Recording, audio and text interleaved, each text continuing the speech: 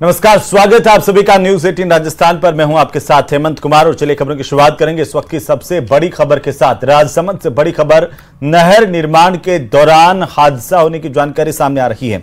निर्माणाधीन नहर की छत गिरने से 2 मजदूरों की मौत होने की खबर है। एक गंभीर घायल का नाथद्वारा के अस्पताल में इलाज जारी है। वहीं प्लेट खोलने के लिए 7 श्रमिक नहर में उतरे थे और ठेकेदार की लापरवाही से यह बड़ा हादसा हुआ है। 36 घंटे पहले नहर पर छत डाली गई थी। कांकरोली थाना इलाके के सथाना गांव की घटना है। सथाना गांव में हादसा होने की जानकारी सामने आ रही है। ठेकेदार की लापरवाही के चलते यह बड़ा हादसा यहां पर हुआ है और निर्माणाधीन नहर की छत गिरने से 2 मजदूरों की मौत हुई है।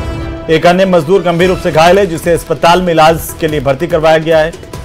नाथद्वारा अस्पताल में इसका इलाज किया जा रहा है। 36 घंटे पहले छत डाली गई थी और प्लेट खोलने के लिए 7 श्रमिकों को नहर में उतार दिया गया। ठेकेदार की लापरवाही से यह बड़ा हादसा हुआ है और इस हादसे के बाद की पहली तस्वीरें आपकी टीवी स्क्रीन पर है। आपको बता दें कि नहर निर्माण के दौरान यह हादसा हुआ है। ज्यादा जानकारी के साथ ही हमारे संवाददाता फोन लाइन पर जुड़ चुके हैं। आपको बता दें कि राजसमंद से ये खबर है और अलकेश हमारे साथ हैं। अलकेश, क्या अपडेट है इस हादसे को लेकर? जी, मैं आपको बता दूं कि राजसमंद जिले में नंदसमंद जो परियोजना है उसकी भराई फीडर को चौड़ी करने और उसकी जो नहरों को ढकने के लिए छत डालने का काम चल रहा था। भाटोली पंचायत के सथाना में 36 घंटे पहले ही छत के ऊपर जो नहर के ऊपर छत डाली गई थी और ठेकेदार ने आज जो छत की जो प्लेटें लगी हुई थी, प्लेटों को हटाने के लिए 7 मजदूरों को नीचे उतारा था। मजदूर ऊपर काम कर रहे थे। ऐसे में कच्ची जो छत थी वो कच्ची छत मजदूरों के ऊपर गिर गई और उस मलबे के नीचे दबने से 2 मजदूरों की मौत हो गई। अलकेश, उस दौरान मजदूरों को सुरक्षा उपकरण नहीं दिए गए थे किसी तरह से? ये घोर लापरवाही यहां पर हुई। जी हेमंत, आपका कहना एकदम लाजमी है। ना तो मजदूरों के पास सुरक्षा उपकरण थे और ना ही ठेकेदार ने कोई एहतियात बरता था। जबकि मजदूरों ने कई मजदूरों ने मना किया था क्योंकि 36 घंटे पहले ही वो नहर की छत डाली गई थी और छत गीली थी।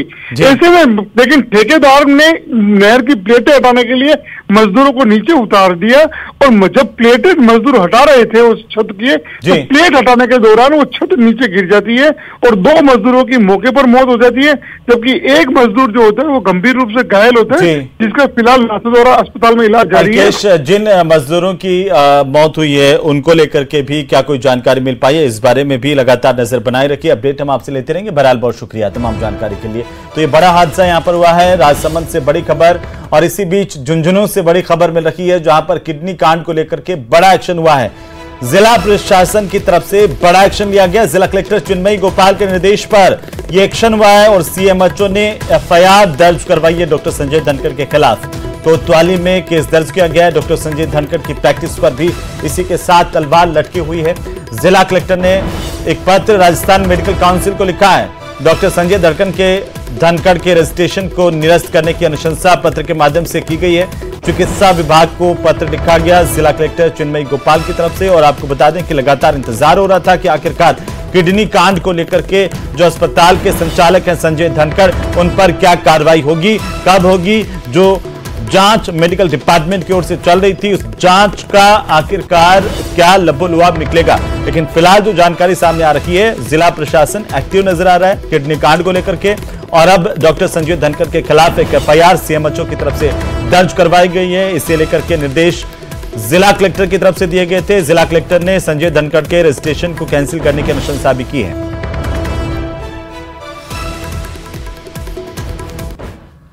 तो वहीं भरतपुर पुलिस ने बड़ी कार्रवाई करते हुए 287 मोबाइल फोन बरामद किए हैं, जिनकी कीमत करीब 60 लाख रुपए बताई जा रही है। और ये इस तरह के मोबाइल हैं जो चोरी हो गए थे। पुलिस ने साइबर सेल की मदद से इन मोबाइल फोन को वापस से रिकवर किया है और उपभोक्ताओं को वापस लौटाया है। जिनके मोबाइल फोन थे उन तक वापस पहुंचाने का काम पुलिस की तरफ से किया गया। इस दौरान लोग अपने मोबाइल को वापस पाकर काफी खुश नजर आए।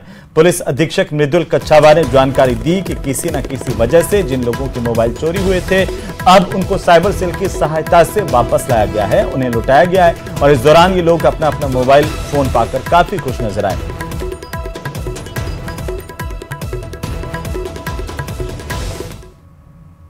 से मोबाइल गुम होता है लापरवाही से मोबाइल हमने कहीं रख दिया, किसी ने देखा, उठा लिया, और कभी कभार आपराधिक तत्वों द्वारा जानबूझ करके और शातिर तरीके से मोबाइल को चोरी भी किया जाता है, और नशेड़ी प्रवृत्ति के जो लोग हैं उनके द्वारा मोबाइल मोटरसाइकिल पर छीन भी लिया जाता है।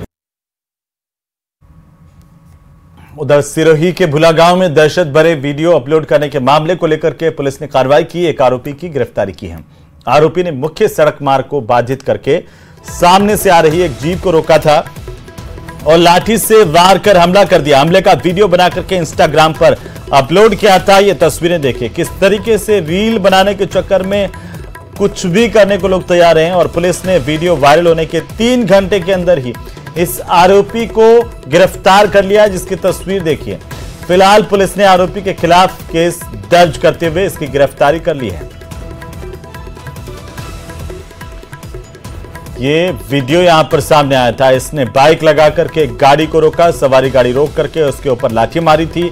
फिलहाल जैसे ये वीडियो वायरल हुआ था, दहशत फैलाने वाला ये वीडियो और दहशत फैलाने वाला ये आरोपी जैसे ही सामने आए, पुलिस ने कार्रवाई की है और गिरफ्तारी की है। सिरोही की तस्वीरें जहां पर पुलिस ने एक्शन लिया है और दहशत फैलाने वाला वीडियो बनाने, उसे जारी करने और दहशत फैलाने के आरोप में आरोपी को गिरफ्तार कर लिया है। उधर झालावाड़ में वाहन पर स्टंट करते हुए एक युवक की रील देखने के बाद पुलिस ने आरोपी युवक पर कार्रवाई की, इसे गिरफ्तार किया। झालावाड़ कोतवाली थाना पुलिस की टीम ने स्टंट में प्रयुक्त थार जीप भी बरामद कर ली है। पुलिस ने सोशल मीडिया पर 2 वाहन चालकों की पहचान करके उनके खिलाफ मुकदमे दर्ज किए हैं। एसपी ने बताया कि इस प्रकार की घटनाओं की रोकथाम के लिए थानाधिकारियों को निर्देशित कर दिया गया है। अगर कोई दोबारा से इस तरह का वीडियो बनाएगा, पुलिस तुरंत कार्रवाई करेगी, ये पुलिस की तरफ से कहा गया है। बहरहाल इस वीडियो को देखिए, ये किस तरीके से इस तरह के असामाजिक तत्व इन्हें आप कह सकते हैं, जो सरेआम ना केवल लोगों की जान को जोखिम में डालते हैं बल्कि खुद की जान को भी जोखिम में डालते हैं और इस तरह से रील बनाने के चक्कर में कुछ भी कर बैठते हैं। इन पर कार्रवाई की जा रही है। एक आरोपी की गिरफ्तारी कर ली गई है।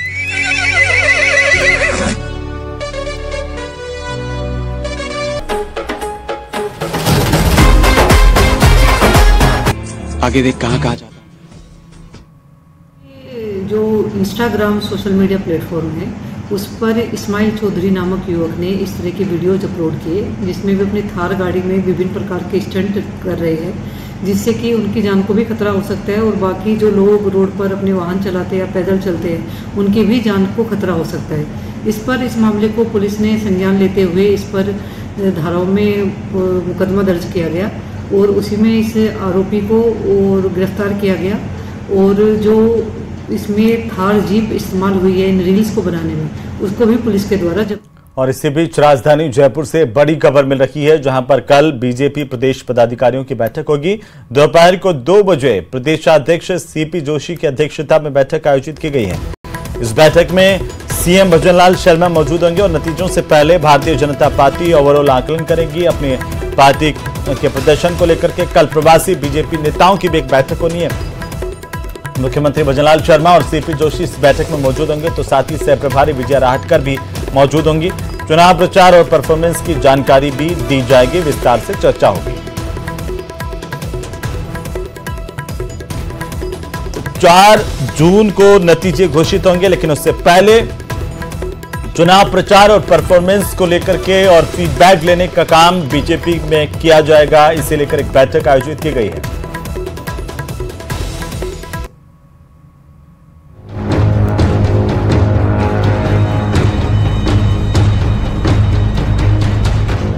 चुनाव खत्म, अब नतीजों की बारी। शनिवार को एग्जिट पोल इशारा करेंगे कि देश की बागडोर किसके पास जा सकती है। बीजेपी हैट्रिक को लेकर आश्वस्त है। दूसरे राज्यों में प्रचार के लिए गए नेता अब लौट आए हैं।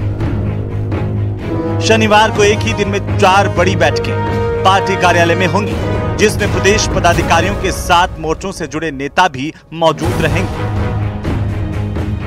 साथ ही लोकसभा सीटों के प्रभारियों के साथ लोकसभा उम्मीदवारों को भी बुलावा भेजा गया। मैराथन बैठक में बीजेपी एक-एक सीट के संभावित नतीजों की पड़ताल करेगी। इसमें पार्टी विस्तारकों से लेकर बूथ और शक्ति केंद्रों के साथ जिला अध्यक्षों की रिपोर्ट का भी आकलन होगा।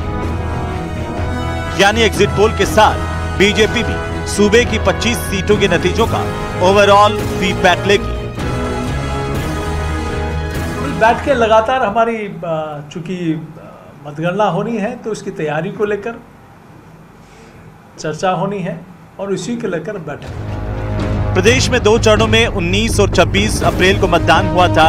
जैसे ही प्रदेश में मतदान खत्म हुआ, अगले दिन अधिकांश उम्मीदवारों के साथ प्रदेश के कद्दावर नेताओं को दूसरे राज्यों में प्रचार का जिम्मा दे दिया गया था। सीपी जोशी तेलंगाना, ओडिशा और उत्तर प्रदेश में लंबा वक्त गुजार कर लौटे हैं, तो कई मंत्री और पदाधिकारी भी चुनाव प्रचार में खासे व्यस्त रहे, जिसकी वजह से बीजेपी प्रदेश की सीटों पर हुए मतदान और संभावित नतीजों का आकलन ही नहीं कर पाई। अब जब सभी चरण का मतदान संपन्न होने जा रहा है और 4 जून की तारीख नजदीक है, बीजेपी ने भी अपने तंत्र को सक्रिय कर दिया है। बैठक में बुलाए गए नेता पूरी रिपोर्ट के साथ बैठक में शामिल होंगे।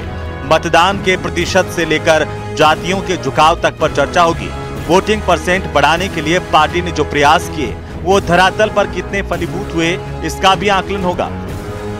विपक्ष के संविधान और आरक्षण बचाने के लिए प्रचारित किए गए प्रोपेगेंडा से क्या मतदाता भ्रमित हुए हैं, इस पर एक एक नेता से जानकारी ली जाएगी। 10 साल के मोदी सरकार के कार्यकाल की उपलब्धियों ने इस चुनाव में कितनी छाप छोड़ी, इसका भी जिक्र कल की बैठक में होगा। भारतीय जनता पार्टी कॉन्फिडेंट है, इसी कारण चुनाव के परिणाम के बाद जो दायित्व हमारे ऊपर आने वाला है उस दिशा में प्रयास कर रहे हैं। हमने संगठनात्मक दृष्टि से पिछले लगातार चुनाव में काम किया, उसकी भी चर्चा करेंगे, चुनाव की समीक्षा भी करेंगे, आगे की कार्य योजना को उसको भी हम उसके ऊपर प्लानिंग करेंगे। हम भाजपा जरूरत पड़ने पर कुआं नहीं खोदती, पहले से उसकी पानी वाला करके, पानी की जरूरत है पहले से, बिजली की पहले से, उसी तरह संगठन के आधार पर भी अपनी योजनाएं पहले से बनाने का काम करती है। हम सब जानते हैं कि 4 को काउंटिंग का काम है और काउंटिंग के लिए बड़े पैमाने पर काउंटिंग एजेंट्स हमारे जाने वाले हैं। सभी जिलों में उनके काउंटिंग एजेंट्स के भी प्रशिक्षण के काम 2 तारीख को सभी जिलों में भी होने वाले हैं। सबकी समीक्षा होगी। हम अलग अलग क्षेत्रों में चुनाव में गए, हमारे खुद के लोकसभा क्षेत्र में गए, अन्य राज्यों में भी गए, तो हम सब बैठकर इस बात का भी मंथन करेंगे कि हमारा कितना % वोट बढ़ा, अगर किसी स्थान पर वोट बढ़ा है तो किस कारण से बढ़ा है, हमको क्या करना है, किसी कारण से वोट % और ज़्यादा नहीं बढ़ा है तो उसके पीछे क्या कारण है। आने वाले समय में जनता के जो हमने संकल्प किए उनकी पूर्ति कैसे करें और जनता को वास्तव में लगे कि राम राज्य आया है, हमारी सरकार आई है, हमारे द्वारा बनाई हुई सरकार आई है, हमारे लिए सरकार है। इन संकल्पों के लिए हम आपस में मंथन करेंगे। मोदी सरकार के 10 साल की ऐतिहासिक उपलब्धियों से भरपूर कार्यकाल की परीक्षा के नतीजे की घड़ी अब ज्यादा दूर नहीं है। बीजेपी के सभी 25 उम्मीदवारों के अलावा प्रदेश नेतृत्व से लेकर सीएम भजनलाल की प्रतिष्ठा से भी इस चुनाव के नतीजे जुड़े हैं। बीजेपी कॉन्फिडेंट तो है, पर वो ओवर कॉन्फिडेंट कतई नहीं। उसे भी पता है कि कुछ सीटों पर कहीं किसान आंदोलन का असर दिख सकता है तो कहीं पर उम्मीदवारों के खिलाफ एंटी इनकम्बेंसी भारी पड़ सकती है। इसीलिए उसके नेता संभल कर बयान दे रहे हैं, पर उत्साह पूरे चरम पर है। न्यूज़ 18 के लिए बाबूलाल धायल की रिपोर्ट। तो वहीं शिक्षा मंत्री मदन दिलावर ने भी पीसीसी चीफ गोविंद सिंह डोटासरा पर पलटवार किया। उन्होंने कहा कि प्रदेश में हीट वेव के प्रकोप का बड़ा कारण कांग्रेस है, क्योंकि कांग्रेस ने माफिया के साथ मिलकर प्रदेश के वनों को बेच दिया, एक भी पेड़ लगाया नहीं और जंगल नष्ट कर दिए। इसीलिए कांग्रेस के कर्मों की सजा जनता भुगत रही है।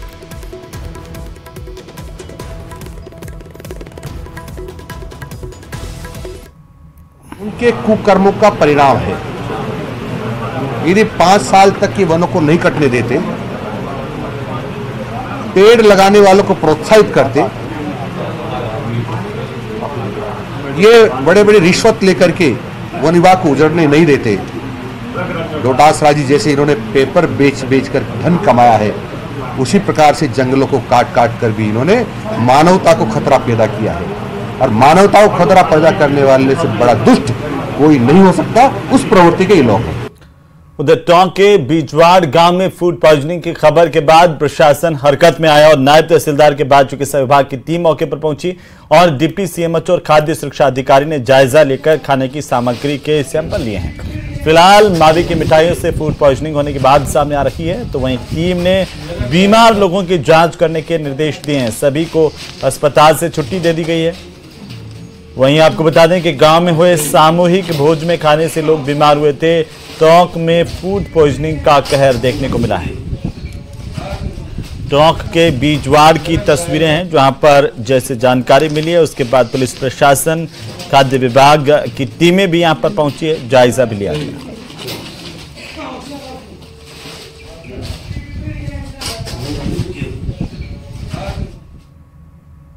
प्रोग्राम में खाना खाने के बाद यहाँ गांव वालों की 11 बजे उसके आसपास तबीयत का खराब होने का वो शुरू हुआ। हमारे यहाँ कार्यरत MPW को उसकी सूचना मिली। रात को ही यहाँ मालेड़ा PSC लगता और ये जो भी मिठाई और अन्य सामग्री बनी उसके सैंपल भेजेंगे और जो स्पष्ट रिपोर्ट तो सैंपल की जो रिपोर्ट आएगी FSL लैब से उसके बाद ही बता सकते हैं। ये संभावना है कि खाने में किसी चीज़ में शायद कुछ ऐसा हो जिसकी वजह से ये घटना हुई। वहीं ताजमहल को लेकर राज्य के नए दिशा निर्देश आए हैं राज्य की तरफ से। और दरअसल भरतपुर के रूपवास और बयाना में बड़े पैमाने पर स्टोन क्रशिंग का काम होता है। इसके साथ ही धौलपुर में काम होता है और ये इलाके TTZ यानी कि ट्रेपेजियम जोन में आते हैं। यही वजह है कि इन इलाकों में पर्यावरण को लेकर के नए निर्देश जारी किए गए हैं ताकि प्रदूषण से ताजमहल को नुकसान ना हो। इसके लिए यहाँ की करीबन 40 खनन और क्रशिंग इकाइयों को केंद्र की ओर से तय किए गए नियमों की सख्ती से पालना करनी होगी। साथ ही स्टोन क्रशिंग इकाई धारकों को अधिक से अधिक पौधारोपण भी करना होगा। तो राज्य सरकार की ओर से नए दिशा निर्देश जारी किए गए हैं। NGT ने इससे पहले एक ऑर्डर जारी किया था जिसकी पालना राज्य सरकार करवाएगी।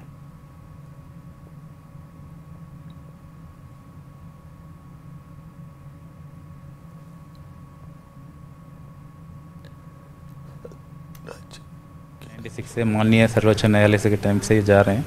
इसके बाद एक ऑनरेबल NGT का भी डायरेक्शन था।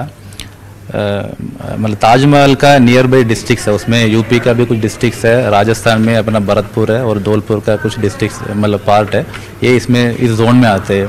तो खास तौर पर इसमें अपना कि कुछ सेक्टर्स है, वैसे माइनिंग है, ग्लास सेरामिक है, अलग अलग यूनिट्स है ये। इसके कारण ताजमहल के ऊपर कुछ प्रदूषण होने के लिए नियंत्रण करने के लिए ये एक पूरा एक गाइडलाइन बना गया था। तो अभी वर्तमान में इसको माइंस है, उधर का क्रशर यूनिट्स है ये, तो क्रशर यूनिट से किस तरफ से प्रदूषण जा रहे हैं उसको ऊपर एक स्टडी करने के लिए नीरी को मतलब NGT के द्वारा एक ऑर्डर जारी किया था। उसके अंदर कल हमने इसका एक स्टडी का एक प्रेजेंटेशन किया था।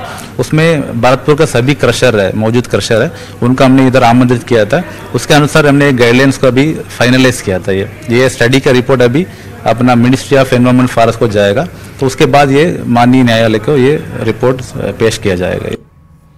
उधर बूंदी के अलौद गांव में प्रतिभावान छात्र छात्राओं का सम्मान समारोह आयोजित किया गया, जिसमें बतौर मुख्य अतिथि शिक्षा मंत्री मदन दिलावर ने शिरकत की और 10वीं बोर्ड में 99.67% अंक हासिल कर स्टेट टॉपर बनने वाली निधि जैन समेत 95% से ज्यादा अंक हासिल करने वाली करीब 60 प्रतिभाओं का सम्मान किया गया। शिक्षा मंत्री ने जिले की बेटियों को बधाई दी, उनके उज्जवल भविष्य की कामना की है। तो साथ ही पूर्व मंत्री प्रभुलाल सैनी ने सभी को बधाई देते हुए आगे भी इतनी मेहनत से तैयारी जारी रखने पर जोर दिया।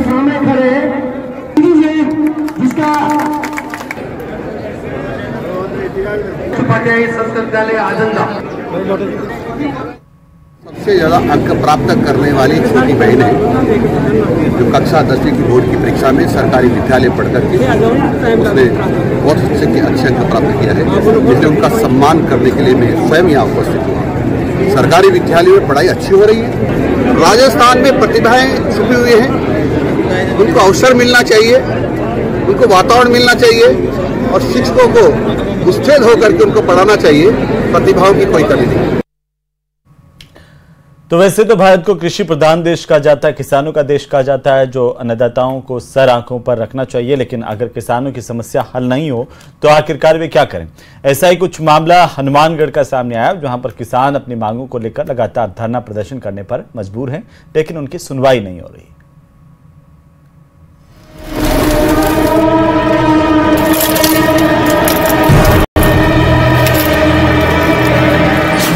आक्रोश में अन्नदाता, कब पूरी होगी मांग? अधिकारी कब लेंगे सुध?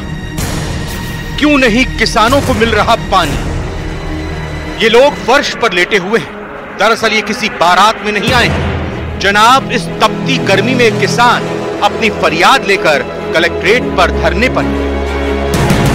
कहते हैं खुशहाल किसान से ही खुशहाल देश बनता है, लेकिन तब क्या हो जब किसान की सुनने वाला कोई ना हो। धरने पर बैठे किसानों ने कहा कि वो लीलावती वितरिका नहर के अंतिम छोर के किसान हैं और नहर में बरसों से सफाई ना होने से सिल्ट जम गई है, जिससे उन्हें पानी नहीं मिल रहा और फसलें सूख रही हैं। तो किसान परेशान होते हैं, किसी की बारी पिट जाती है, मौके के आगे पानी नहीं जा पाता, केली से बंद होगी नहर टूटने की कगार पर आ जाती, कई बार टूट भी गई है। तो अधिकारी ना तो उसमें एक्शन लेते हैं, जब तक पहुंचते हैं तब तक कई किसानों की बारियां पिट जाती हैं। फिर किसान अपने स्तर पर उस नहर को बांधते हैं या केरी निकालते हैं। तो ये समस्या हमारी बहुत बड़ी है। अब अधिकारियों के पास वही रटा रटाया जवाब है, सब व्यवस्था सही, हम काम कर रहे हैं, समस्या दूर हो जाएगी। तो चलिए इस बुलेटिन में फिलहाल इतना ही। छोटे से ब्रेक के उस पार हम आपको दिखाएंगे सिटी 70 खबरें। नमस्कार।